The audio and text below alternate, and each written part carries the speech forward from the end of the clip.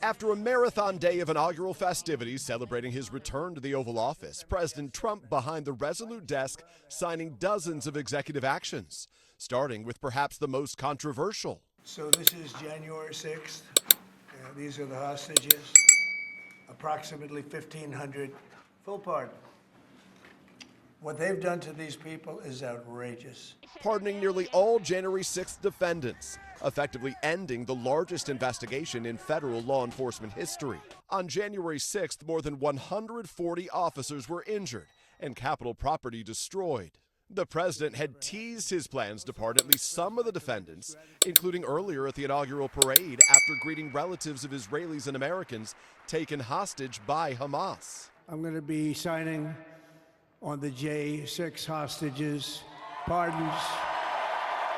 But it had not been clear that the action would include those convicted of violent offenses, including assaulting police, which some Republicans had argued against. If you committed violence on that day, obviously you shouldn't be pardoned. Trump also commuting the sentences of individuals associated with far-right groups, the Oath Keepers and Proud Boys, including its leader Enrique Tarrio, who had been serving 22 years in federal prison for seditious conspiracy. Supporters for those pardoned celebrating overnight. President Trump also responding to the day's other pardon announcements. In the last hours of his presidency, Joe Biden preemptively pardoning the members of the committee that investigated January 6th, including former Congresswoman Liz Cheney, along with Dr. Anthony Fauci and General Mark Milley. None has been convicted of any crime. Biden also later pardoning members of his own family. I was a little bit surprised that he did it, because it makes him look guilty. Trump also signing a barrage of executive orders, including declaring a national emergency at the U.S.-Mexico border and attempting to end birthright citizenship in some circumstances, a right that's guaranteed by the Constitution. Good.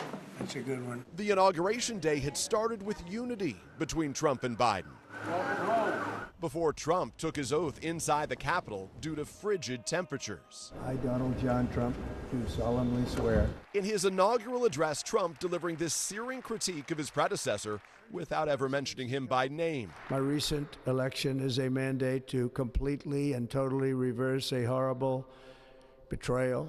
From this moment on, America's decline is over. The traditional parade also moved inside, the president celebrating in front of a massive crowd of MAGA faithful in downtown D.C. You're witnessing the dawn of the golden age of America.